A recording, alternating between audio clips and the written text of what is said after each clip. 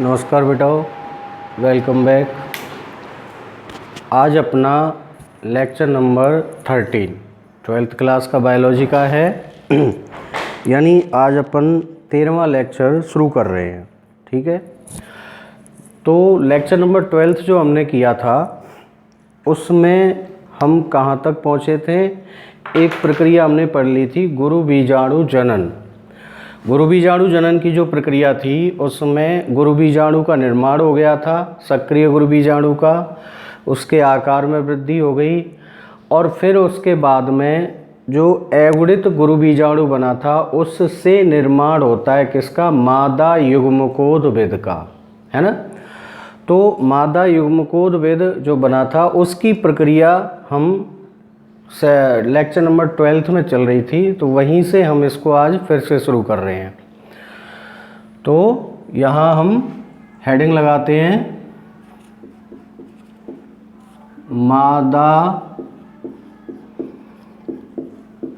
युग्मकोद्भिद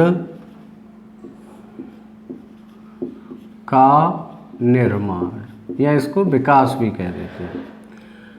ठीक है, कैसे होगा, एक बार पूरे बीजांड का चित्र बना लेते हैं हम सक्रिय गुरु बीजाणु सहित। तो इसमें जैसे मान लीजिए थोड़ा बड़ा चित्र है ये, ताकि आपको क्लियर दिखाई दे हर चीज़ इसमें।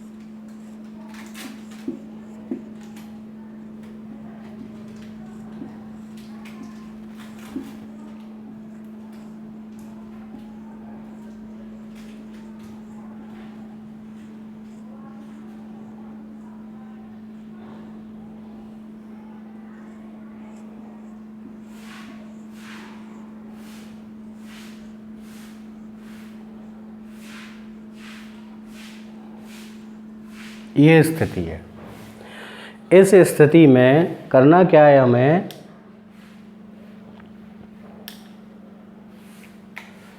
कि बीजांड है ये।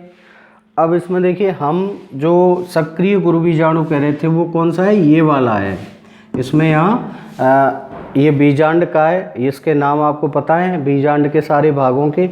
तो बीजांड काय के अंदर निर्माण हुआ था गुरु बीजाणु जनन की क्रिया के दौरान किसका, 4 गुरु बीजाणुओं का, जिनमें से 3 ऊपर के विघटित हो गए थे और नीचे वाला एक सक्रिय रहा था।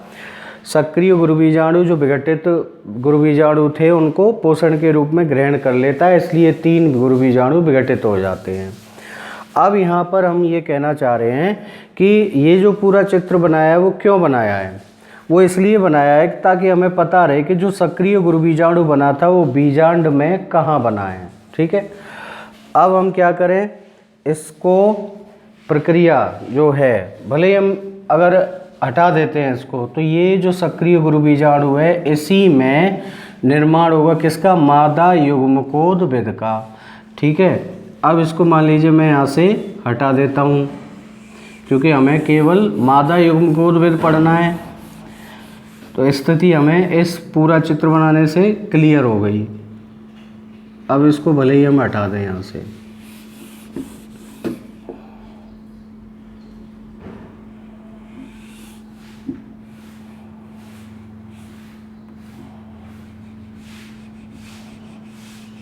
ये हो गया।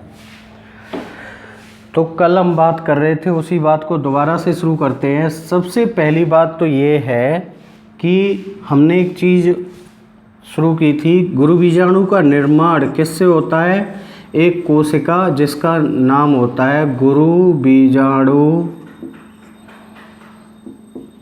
मातृ कोशिका, इसी से हुआ था गुरु बीजाणु का निर्माण। मातृ कोशिका तक हमने ये भी बताया था कि कोशिका कैसी होती है, द्विगुणित रहती है, क्योंकि विभाजन समसूत्री होते हैं। अब यहाँ क्या हुआ, इसमें विभाजन हो गया, अर्धसूत्री विभाजन हुआ था, और इस अर्धसूत्री विभाजन के कारण क्या बन गया, गुरु बीजाणु बन गया, गुरु बीजाणु बना। तो गुरु बीजाणु जो बना है वो कैसा है, अर्धसूत्री विभाजन के कारण कैसा हो गया, अगुणित हो गया। तो कुल मिला के सबसे पहली बात दिमाग में ये बिठानी है हमें कि जो सक्रिय गुरु बीजाणु या गुरु बीजाणु है वो कैसा है, अगुणित है, यानी उसका केंद्रक अगुणित है, क्योंकि अर्धसूत्री विभाजन से बना है इसलिए। ठीक है, अब आगे चलते हैं। इस गुरु बीजाणु के अगुणित केंद्रक में एक विभाजन हुआ समसूत्री। कितने केंद्रक बन गए, 2। कल भी बताया था, आज दोबारा रिवाइज कर रहे हैं इसी को। एक समसूत्री विभाजन से कितने बन गए, 2 केंद्रक बन गए। दोनों कैसे हैं, अगुणित है, क्योंकि समसूत्री विभाजन में सदैव कैसे बनते हैं, समान बनते हैं। तो 2 केंद्रक बने। अब ये 2 केंद्रकों में से कल हमने बताया था कि एक केंद्रक एक ध्रुव की ओर और दूसरा केंद्रक दूसरे ध्रुव की ओर गति करेगा। तो मान लीजिए एक केंद्रक यहाँ आ गया, ये वाला, ये कहाँ पहुँच जाएगा, यहाँ पहुँच गया, है ना, यानी ये बीच में से कहाँ पहुँच गए, ध्रुवों पर पहुँच गए। अब यहाँ पर इसमें दोनों में एक एक विभाजन और होगा समसूत्री, एक एक और हो गया, और उसके बाद इन दोनों, 2 ये और 2 ये, इन सभी में एक एक और होगा, तो एक एक और हो गया। तो यहाँ कितने हो गए, 4। ऐसे ही इधर भी कितने हो जाएंगे, 4 केंद्रक बन गए। इन 4 केंद्रक बनने के पश्चात फिर क्या होता है, इन केंद्रकों के चारों ओर भित्ति का निर्माण होता है। तो भित्ति का निर्माण इस तरीके से होगा, ये भित्ति निर्माण हो गया। ऐसे ही इधर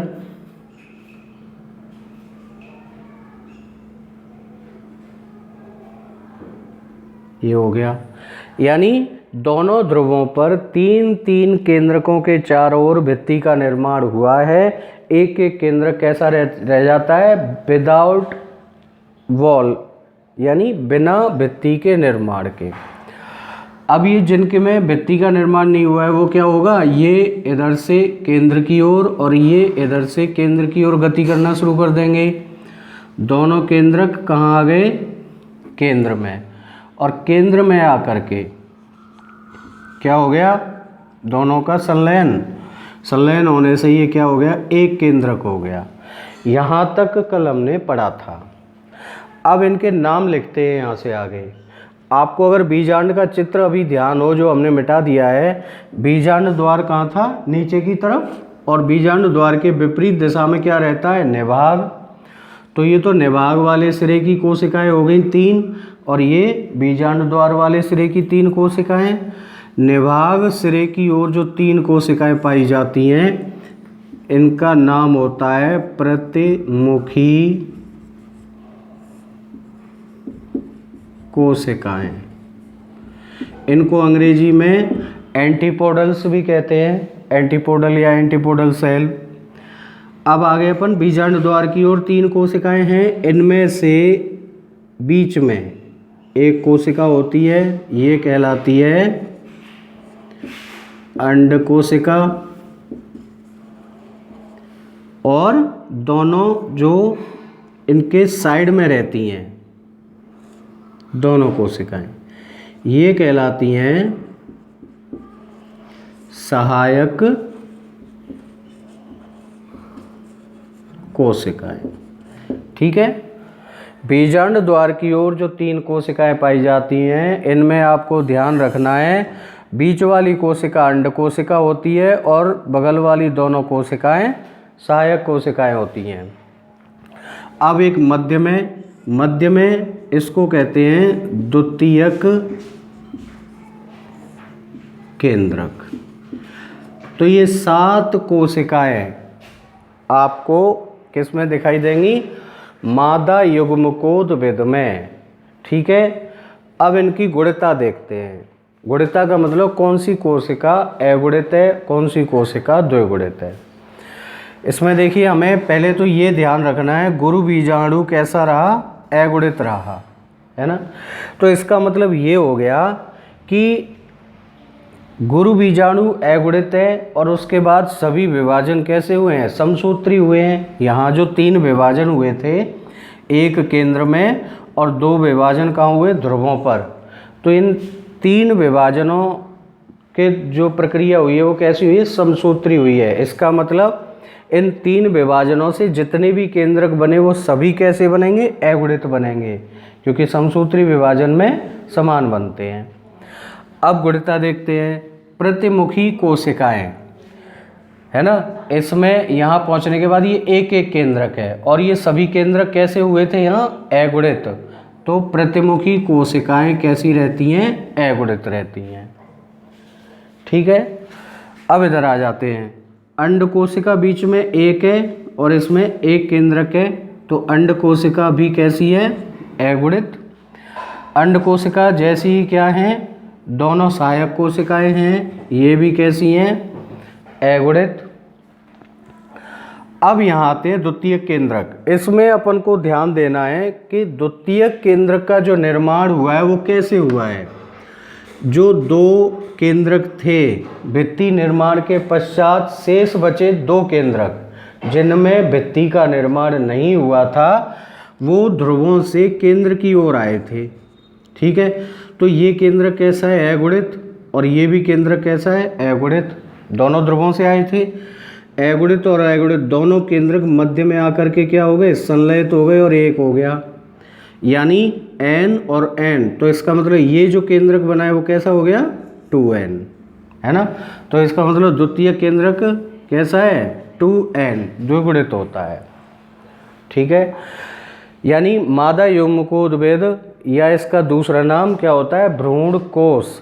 उसकी 7 कोशिकाओं में से 6 कोशिकाएं, 3 प्रतिमुखी कोशिकाएं, 1 अंड कोशिका और 2 सहायक कोशिकाएं अगुणित होती हैं। केवल इसके अंदर द्वितीय केंद्रक ऐसा है जो द्विगुणित होता है। ठीक है, आगे इसमें बीजांड द्वार की ओर जो 3 कोशिकाएं, जिनमें से एक बीच वाली को हमने अंड कोशिका नाम दिया और साइड वाली दोनों कोशिकाओं को सहायक कोशिकाएं कहा। इनको सम्मिलित रूप से, यदि हम तीनों कोशिकाओं को सम्मिलित रूप से एक नाम देना चाहें तो उसको कहते हैं अंड उपकरण या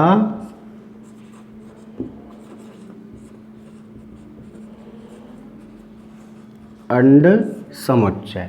ये ध्यान रखने वाली बात है, अंड उपकरण या अंड समुच्चय किसे कहते हैं। तो ये है सहायक कोशिका और अंड कोशिका सम्मिलित रूप से मिलकर के क्या बनाती हैं, अंड उपकरण बनाती हैं। यहाँ पर जो अंड कोशिका आपको दिखाई दे रही है,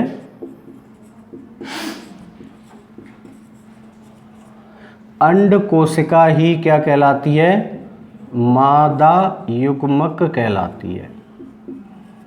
क्या कहलाती है, मादा युग्मक। यानी अंड कोशिका किस रूप में कार्य कर रही है, मादा युग्मक के रूप में कार्य करेगी।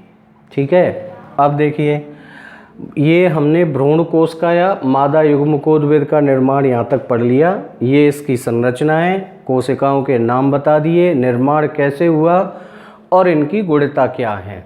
ठीक है, अब देखिए कुछ नाम हैं जिनके हमें ध्यान रखने हैं। सबसे पहला आप ये ध्यान रखिए कि अंड कोशिका ही क्या कहलाती है, मादा युग्मक या मादा युग्मक के रूप में कार्य करती है।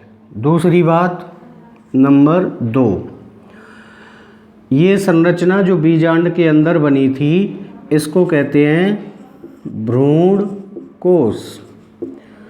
भ्रूण कोश ही क्या कहलाता है, मादा युग्मकोद्भिद कहलाता है। क्या कहलाता है, मादा युग्मकोद्भिद कहलाता है। इसी के नाम है ये इसके हैं। तीसरा नंबर, एक नाम पढ़ा था हमने बीजांड, बीजांड को कहते हैं गुरु बीजाणु धानी। क्या कहते हैं? गुरु बीजाणु धानी। एक चौथे नंबर पर पढ़ा था हमने अंडप, अंडप को कहते हैं गुरु बीजाणु पर्ण। ये मैं आपको वो नाम बता रहा हूँ कि कई बार क्या होता है, आपको भ्रूणकोश के नाम से पूछ लिया कैसे निर्माण होता है, और आपने मादा युग्मकोद्भिद के नाम से इसको पढ़ा हुआ है, तो कन्फ्यूजन हो जाते हैं कि भ्रूणकोश क्या था। इसलिए आप क्लियर कर लो कि इसी को ये कहते हैं, इसको ये कहते हैं, यही इसका नाम है, ये इसका नाम है ना। तो ये तो अपन ने मादा भाग के नाम लिख लिए, ठीक है, मादा भाग। अब अपन ने क्या है, नर भाग भी पढ़े हुए हैं, तो अपन नर भाग के भी नाम यहीं पर देख लेते हैं। जैसे ऐसे ही शुरू करते हैं। नर वाले भाग जो होते हैं उसमें नर युग्मक तो क्लियर होते हैं, वहाँ उनका दूसरा कोई नाम नहीं होता। जनन कोशिका जो बनती है उसमें एक विभाजन होने से समसूत्री कितने नर युग्मक बन जाते हैं? 2, ठीक है। तो वहाँ ये वाली कन्फ्यूजन तो है ही नहीं बिल्कुल। यहाँ से शुरू करते हैं। नंबर 1, यहाँ भ्रूणकोश को क्या कह रहे हैं? मादा युग्मकोद्भिद।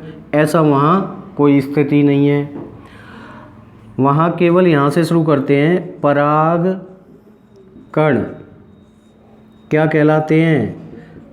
पराग कणों को ही लघु बीजाणु कहा जाता है। क्या कहा जाता है? लघु बीजाणु। नंबर 2, एक संरचना पढ़ी थी हमने, पराग कोश।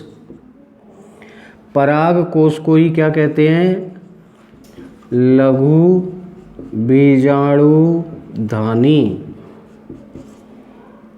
क्या कहते हैं? लघु बीजाणु धानी। तीसरा नंबर, एक शब्द पढ़ा था हमने, पुंकेसर। पुंकेसर का ही दूसरा नाम क्या है?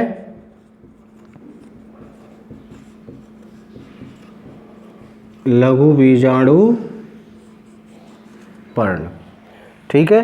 तो यानी नर वाले भाग के लिए तो हमें ये 3 शब्द ध्यान रखने हैं कि लघु बीजाणु ही परागकण हैं और परागकण को ही लघु बीजाणु कहते हैं। परागकोश ही लघु बीजाणु धानी है और पुंकेसर को लघु बीजाणु पर्ण कहते हैं, ठीक है। तो ये आपके कुछ शब्द हैं जो आपको बिल्कुल क्लियर दिमाग में रखने हैं, कहीं भी कन्फ्यूजन नहीं होना, है ना।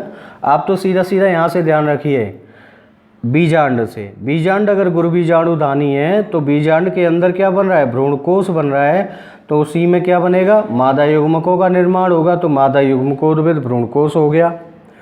और जो मादा युग्मक भ्रूणकोश में बना था उसको नाम दे रहे हैं हम अंड कोशिका, ठीक है। अब ये चीज़ें जो हैं आपको क्लियर रखनी है। इनका अब भविष्य देखते हैं, भविष्य क्या है इन कोशिकाओं का। देखिए, प्रतिमुखी कोशिकाएं और सहायक कोशिकाएं, है ना। प्रतिमुखी कोशिकाएं और सहायक कोशिकाएं ये निषेचन के पश्चात विघटित हो जाती हैं। विघटित होने का कारण क्या रहता है? ये जब निषेचन की क्रिया होती है तो उस दौरान ये अंड कोशिका को क्या करती हैं? पोषण प्रदान करने का कार्य करती हैं, तो इसलिए इनका विघटन हो जाता है। मुख्य जो आगे निषेचन के पश्चात कार्य है वो किसका है? अंड कोशिका का और द्वितीयक केंद्रक का। अंड कोशिका क्या कहलाती है? मादा युग्मक, है ना। निषेचन की क्रिया में जो संलयन होता है वो किसका होता है? मादा युग्मक और नर युग्मकों का। तो इसका मतलब अंड कोशिका मादा युग्मक है, तो इससे नर युग्मक संलयित होकर के क्या बनाता है? युग्मज बनाएगा और युग्मज से भ्रूण बनेगा, ठीक है। तो ये तो अंड कोशिका का हो गया भविष्य। द्वितीयक केंद्रक जो है, द्वितीयक केंद्रक से निर्माण होता है भ्रूणपोष का। एंडोस्पर्म, ध्यान रखना, भ्रूण कोश, और एक शब्द होता है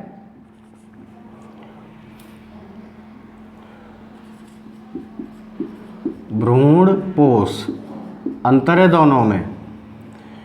अब हम इस शब्द को बोल रहे हैं, यहाँ तो भ्रूण कोष आ रहा है, ये निषेचन से पहले की बात है। निषेचन के पश्चात द्वितीय केंद्रक किसका निर्माण करता है? भ्रूणपोष का। भ्रूणपोष क्या है? भ्रूण और पोष, यानी भ्रूण को पोषण प्रदान करने वाली संरचना भ्रूणपोष कहलाती है। ठीक है, तो दोनों के ये भविष्य। वैसे हम जब निषेचन वाला चैप्टर पढ़ेंगे तो उसमें बिल्कुल क्लियरली आएगा, डिटेल से आएगा। अभी यहाँ केवल आपको बता दिया है ये। तो ये जो दोनों के भविष्य हो गए। अब यहाँ से आगे हम आगे की बात करें कि मादा युग्मकोद्भिद का निर्माण या भ्रूण कोष का निर्माण तक पढ़ लिया हमने। अब यहाँ से आगे की प्रक्रिया क्या होगी, है ना, बिना किताब देखे हमें ये अंदाज़ा लगाना है या ये ध्यान करना है कि हमें पढ़ना क्या है। अब आगे कैसे करेंगे? हमने पहले चैप्टर में क्या पढ़ा था? लैंगिक जनन पढ़ा था ना। लैंगिक जनन की घटनाएं, अपन सीधे सीधे पॉइंट पे आते हैं। लैंगिक जनन की घटनाएं पढ़ी थी। लैंगिक जनन की घटना को हमने 3 भागों में बांटा था। नंबर 1, ध्यान कीजिए, फर्स्ट चैप्टर निषेचन पूर्व घटना। नंबर 2 निषेचन। नंबर 3 निषेचन पश्च घटना। यही थी। अब निषेचन पूर्व, पहले तो निषेचन क्या है? निषेचन होता है नर व मादा युग्मकों का संलयन। क्या कहलाता है? निषेचन कहलाता है। तो इसका मतलब निषेचन से पूर्व में क्या होगा फिर? जब यहाँ संलयन किसका होना है? नर और मादा युग्मकों का। तो इससे पहले क्या होना है? नर व मादा युग्मकों का निर्माण। भाई संलयन जब ही तो होगा दोनों प्रकार के युग्मकों का, जब उनका निर्माण हो जाएगा। तो पहले निषेचन से पहले क्या होना है? उनका निर्माण होगा, और निर्माण होने के बाद क्या होगा? एक प्रक्रिया और होती है, युग्मक स्थानांतरण, है ना। ये 2 प्रक्रियाएं निषेचन से पहले होनी है। मतलब सबसे पहले तो नर और मादा युग्मकों का निर्माण होगा, फिर युग्मकों का क्या होगा? स्थानांतरण होगा। स्थानांतरण का अर्थ क्या हो गया? कि दोनों युग्मक एक दूसरे के समीप पहुंचेंगे, तभी ये प्रक्रिया संपादित होगी। जब तक दोनों प्रकार के युग्मक एक दूसरे के समीप नहीं पहुंचेंगे तब तक संलयन की क्रिया नहीं होगी। तो इसी प्रक्रिया को, किसको? युग्मक स्थानांतरण को क्या कहते हैं? परागण कहते हैं, पॉलिनेशन। ठीक है। अब आते हैं निषेचन पश्च की घटना। निषेचन पश्च में क्या होगा? संलयन के पश्चात युग्मज बनता है। तो सीधे सीधे एक प्रक्रिया आती है इसमें, युग्मज से भ्रूण का विकास। युग्मज से भ्रूण का विकास। ये पूरी यूनिट के लिए बता रहा हूँ आपको, ताकि हमें पता रहे कि हमें आगे पढ़ना क्या है, आगे की प्रक्रिया क्या होनी है, आगे के टॉपिक क्या होंगे, आगे की हेडिंग क्या होगी। ठीक है। अब देखिए हमने यहाँ तक चैप्टर नंबर 2 तक क्या पढ़ा है हमने अभी तक? नर और मादा युग्मकों का निर्माण पढ़ लिया। अब हमें आगे चलना है। अब इससे आगे की प्रक्रिया क्या आएगी? ये आएगी। युग्मक स्थानांतरण, यानी अब हमें क्या पढ़ना है, परागण पढ़ेंगे अपन। क्या पढ़ेंगे, परागण पढ़ेंगे। ठीक है, तो परागण को पढ़ेंगे, परागण की प्रक्रिया हो जाएगी, फिर निषेचन पढ़ेंगे हम, निषेचन के बाद फिर भ्रूण का विकास पढ़ा जाएगा। ये एक क्या है सिस्टम है इनका, कि पूरी जो लैंगिक जनन की प्रक्रिया है वो इस तरीके से चलती है, तो हमें इसी क्रम में इसको पढ़ना है। ठीक है